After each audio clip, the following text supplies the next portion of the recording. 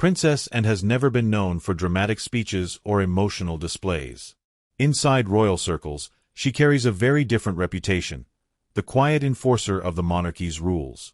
But when whispers began spreading that the centuries-old framework governing royal legitimacy had been activated once again, the implications were explosive. Because if those reports were true, the decision would not just affect palace politics, it would strike directly at the future of Prince Harry's children. And the moment the story began circulating, royal watchers around the world started asking the same question. What exactly had just been triggered inside the House of Windsor? Imagine the scene. It is early morning in California. The quiet stillness before dawn hangs over Santa Barbara's private aviation terminal. A sleek private jet sits ready on the runway, engines humming softly in the cold coastal fog. The flight has been cleared for departure. Luggage is loaded. Security checks are complete. Then suddenly, something changes. A message appears in the encrypted flight system, a notice that immediately freezes the travel clearance connected to the Sussex family. At first, it looks like a routine delay. But within minutes, insiders realize this is not a technical problem. It is a legal one.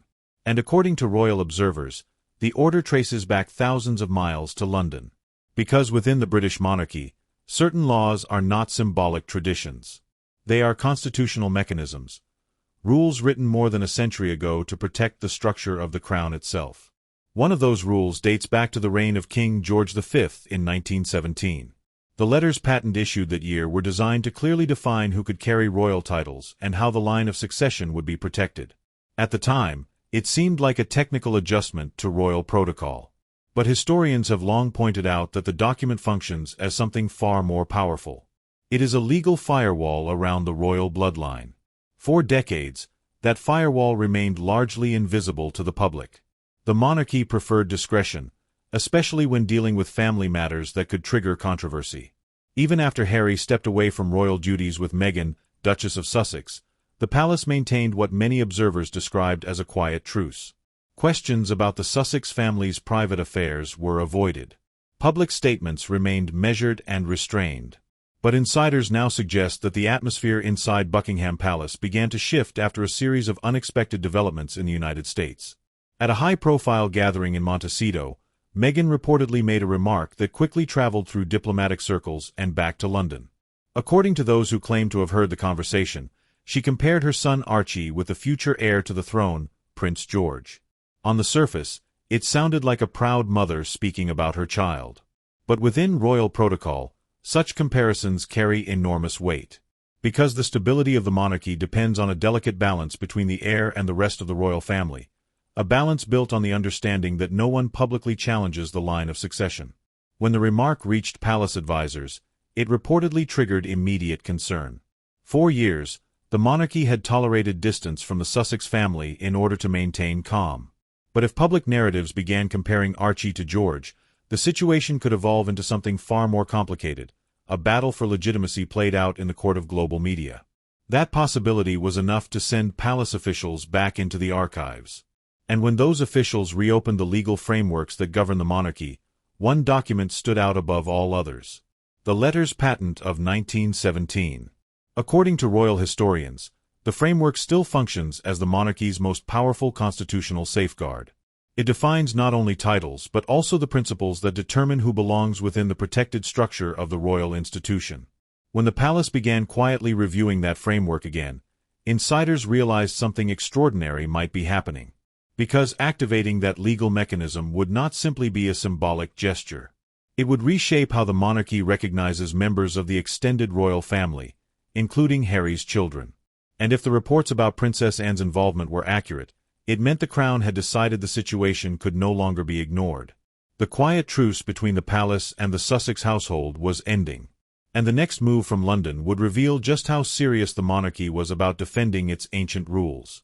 What happened next did not involve dramatic public statements or an emergency press conference from Buckingham Palace. That is rarely how the monarchy operates. When the Crown moves, it does so quietly, through law, precedent, and carefully controlled decisions that often unfold far from the public eye. But inside the palace, the atmosphere had reportedly shifted. Because once the legal framework surrounding the 1917 letters patent was reopened, palace advisors began examining something that had previously been left untouched: the constitutional definition of royal legitimacy. For most people watching from the outside, royal titles appear to be simple matters of tradition or personal preference. But in reality, the structure of the monarchy is governed by centuries of legal language designed to protect the line of succession from confusion or manipulation. At the center of that framework is a phrase that has existed in royal law for generations: born of the body. The wording may sound archaic, but its purpose has always been clear. It ensures that any individual placed within the royal line of succession must be the biological child of a lawful royal marriage. The rule was designed centuries ago to prevent fraud, substitution, or disputes over inheritance within the monarchy. For decades, that phrase remained largely theoretical, a relic of an older legal system that rarely required active enforcement. But according to several royal commentators, palace legal advisors began revisiting its implications after a series of financial irregularities connected to the Sussex household reportedly surfaced during a routine audit. The discovery was not initially connected to questions of succession. It began as something far more ordinary: an examination of expenditures tied to royal property renovations. At the time, investigators reviewing accounts connected to Frogmore Cottage were simply verifying standard financial records. The project had already attracted public attention because taxpayer funds had been used for renovations, and the palace wanted to ensure that all spending was properly documented. But during the audit, something unexpected appeared in the digital paper trail: several payments linked to entities based in the United States. At first glance, the transactions appeared to belong to a charitable initiative associated with the Sussex brand. But when auditors began tracing the details, the pattern raised questions.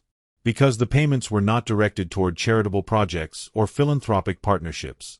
Instead, they were classified under categories related to specialized medical services, legal facilitation, and agency contracts. The amounts were unusually precise: tens of thousands of dollars directed to organizations that appeared to operate within the American fertility and medical consulting industry. For palace accountants, the discovery created an immediate puzzle. Why would funds connected to a British royal property renovation be linked to private medical services thousands of miles away? The timing of those payments only deepened the mystery. Several of the transactions occurred during the months leading up to the birth of Prince Archie in 2019. Publicly, the world had been told that the child was born at a London hospital under the supervision of British doctors. But the financial records suggested that large sums of money were simultaneously being directed toward American medical organizations. For investigators inside the palace, the contradiction could not simply be ignored. Because if the payments indicated involvement from third-party medical arrangements, it could raise constitutional questions about how the ancient phrase, born of the body, might apply in a modern context.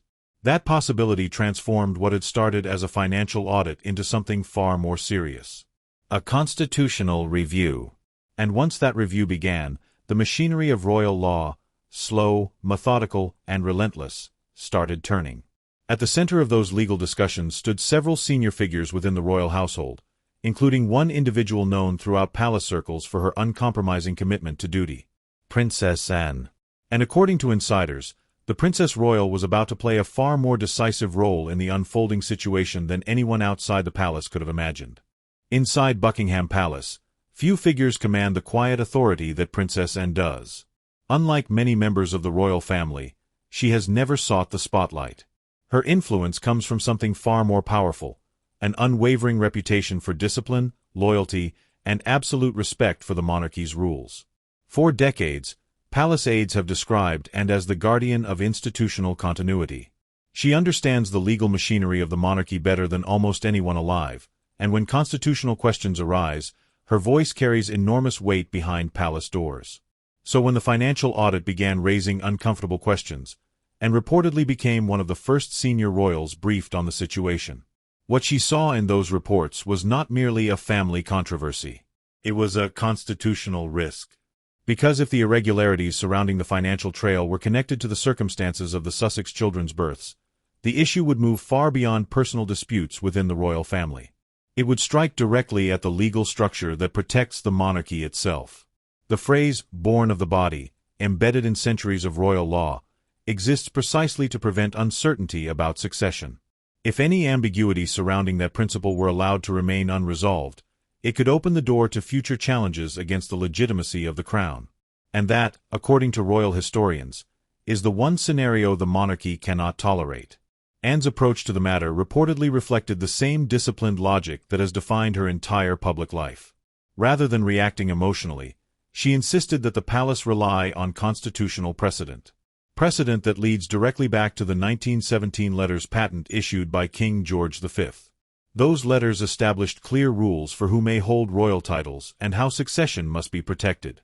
At the time, the document was intended to simplify the structure of the royal family during a period of political uncertainty following the First World War. But over the years, legal scholars have recognized that the document functions as something far more enduring. It is a safeguard. A legal framework designed to ensure that the monarchy remains protected from disputes that could undermine its authority. As palace legal advisors began reviewing the implications of the audit findings, the conversation gradually shifted toward whether that framework might need to be reinforced. Because the modern world has introduced new complexities that earlier monarchs never had to confront. Advances in reproductive technology, international medical arrangements, and the global nature of modern royal life all create scenarios that the authors of the 1917 letters patent could never have anticipated. For the monarchy, adapting to those realities requires careful legal clarity.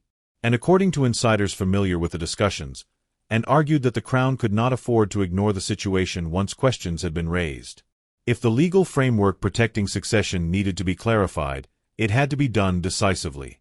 That responsibility ultimately fell to the reigning monarch, King Charles III. Although often portrayed as a reflective and sentimental figure, Charles also carries the constitutional authority of the crown. When legal questions threaten the stability of the institution, the monarch has both the power and the duty to act. With the backing of senior legal advisors and the support of Princess Anne, palace officials began drafting a clarification designed to reinforce the principles already embedded in royal law.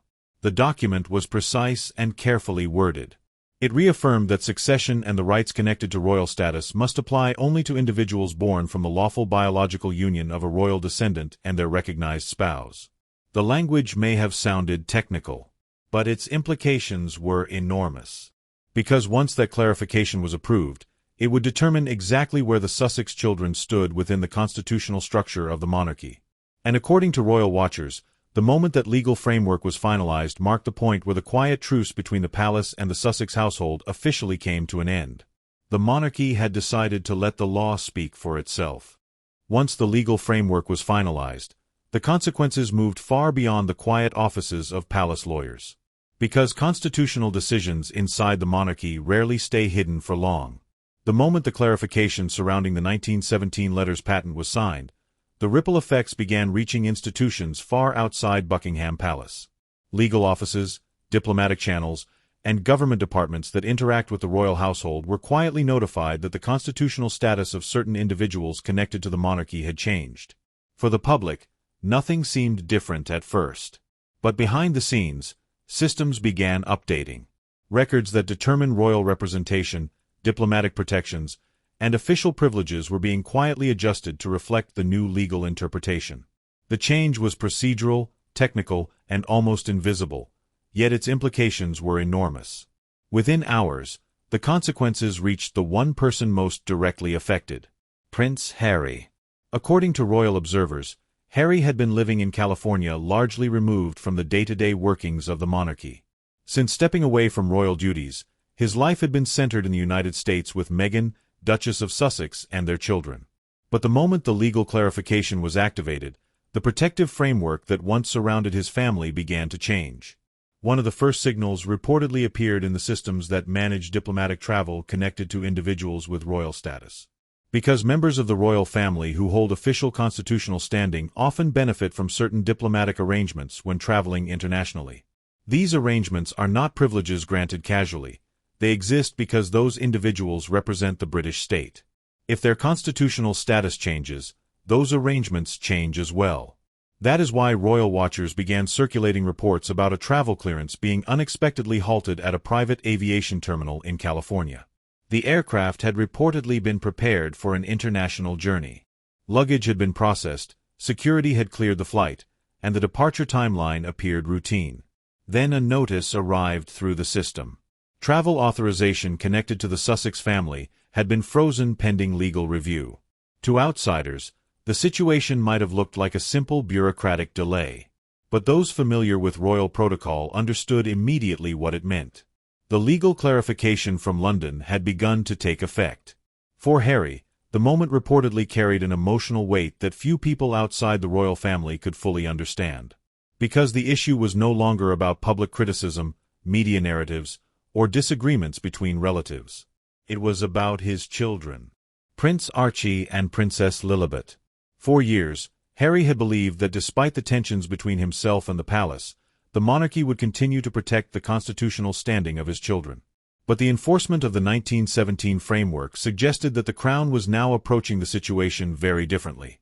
The Sussex children would remain members of the royal family by blood. They would remain grandchildren of the reigning monarch. But according to the new interpretation of the legal rules governing succession and status, their position within the constitutional structure of the monarchy had been fundamentally altered. And for the first time since Harry left royal life, the consequences of that decision forced him to confront the full reality of the separation between his family and the institution he was born into. Which is why, according to several royal insiders, Harry made a sudden decision. He returned to the United Kingdom. Alone. Because there was only one place where he could try to change what had just happened. When Prince Harry returned to the United Kingdom, the journey was not accompanied by the fanfare that once surrounded his royal visits. There were no official welcomes, no palace announcements, and no carefully staged photographs on the steps of Buckingham Palace. Instead, witnesses described a far quieter arrival, one that felt less like a prince returning home and more like a man seeking answers. Those close to royal affairs say Harry hoped to speak directly with his father, King Charles III. For Harry, the situation had become deeply personal. The constitutional clarification surrounding the 1917 framework was no longer an abstract legal matter. It had real consequences for his children, consequences that he believed deserved a conversation at the highest level of the family. But inside the royal household, events were unfolding according to a very different logic. The monarchy is not simply a family. It is also a state institution governed by laws and traditions that often leave little room for emotional negotiation. Once a constitutional process begins, reversing it becomes extraordinarily difficult. So instead of a private meeting with the king, Harry was reportedly directed to another figure within the royal family. A figure known for her uncompromising sense of duty. Princess Anne. The meeting took place at Gatcombe Park, Anne's private residence in the English countryside. According to royal watchers, the conversation lasted less than an hour, but its impact was immediate. Those familiar with Anne's role within the monarchy say she approached the discussion with the same clarity that has defined her entire public life. She reminded Harry that the crown cannot bend its legal framework based on personal appeals, no matter how painful the situation might be. The monarchy, she explained, does not operate like a private family business. It operates under constitutional law. And once that law is applied, even the most senior members of the royal family must accept its outcome. For Harry, the meeting reportedly confirmed what he had already begun to realize. The legal mechanism activated in London was not a temporary measure. It was permanent. The Sussex children would remain loved members of the royal family by blood, but their status within the constitutional structure of the monarchy had been formally redefined. The diplomatic protections, ceremonial roles, and institutional privileges connected to that structure would no longer apply in the same way. When Harry left Gatcombe Park later that day, insiders say he carried the weight of a realization that few people could fully comprehend. The institution he once served as a working royal had chosen to protect itself first. And for the monarchy, that decision was never about personal feelings. It was about survival. Because throughout its 1,000-year history, the crown has followed one guiding principle above all others. The institution must endure, even when the personal cost is high. As the story spread across headlines and royal commentators debated the implications, one thing became clear. The quiet activation of an ancient legal framework had reshaped the relationship between the Sussex family and the monarchy in a way that could not easily be reversed. And it raised a question that royal watchers around the world are still asking. Was this decision a necessary protection of constitutional tradition, or a moment where the monarchy allowed its laws to overshadow the bonds of family? We want to hear your thoughts. Do you believe the crown was right to enforce its historic rules, or do you think the situation should have been handled differently? Share your perspective in the comments below. And if you enjoy exploring the hidden dynamics behind the world's most famous royal family, don't forget to like the video, subscribe to the channel, and join us again as we uncover the stories unfolding behind palace doors.